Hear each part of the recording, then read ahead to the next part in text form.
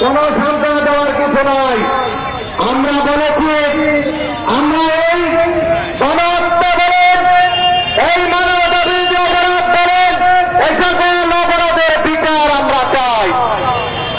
অনতিবিলম্বে 2006 সালে 28 অক্টোবরে যারা মানুষ হত্যা করে মানুষের লাশের উপরে যারা নৃত্য করেছে, বাংলাদেশের মানিকজনকে যারা বিদেশে আমাদের মানিকজনকে নষ্ট করেছে, যারা এখানে জড়িত আছে, অনতিবিলম্বে যে চার্জশিট দেওয়া আছে এই চার্জশিটকে আবার সামনে এনে তাদের বিচার করে তাদের দৃষ্টান্তমূলক শাস্তি আমরা দাবি করছি।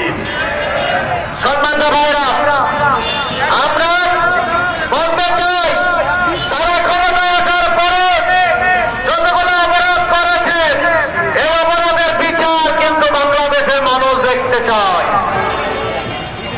তারা যখন 28-এ কলঙ্কজনক ঘটনা ঘটেছে, 57 জন বিডিআর সদস্য বিডিআরের অফিসারদেরকে তারা হত্যা করে বাংলাদেশকে মেধাশূন্য করেছে, এর বিচারও একদিন বাংলার মাটিতে হবে ইনশাআল্লাহ।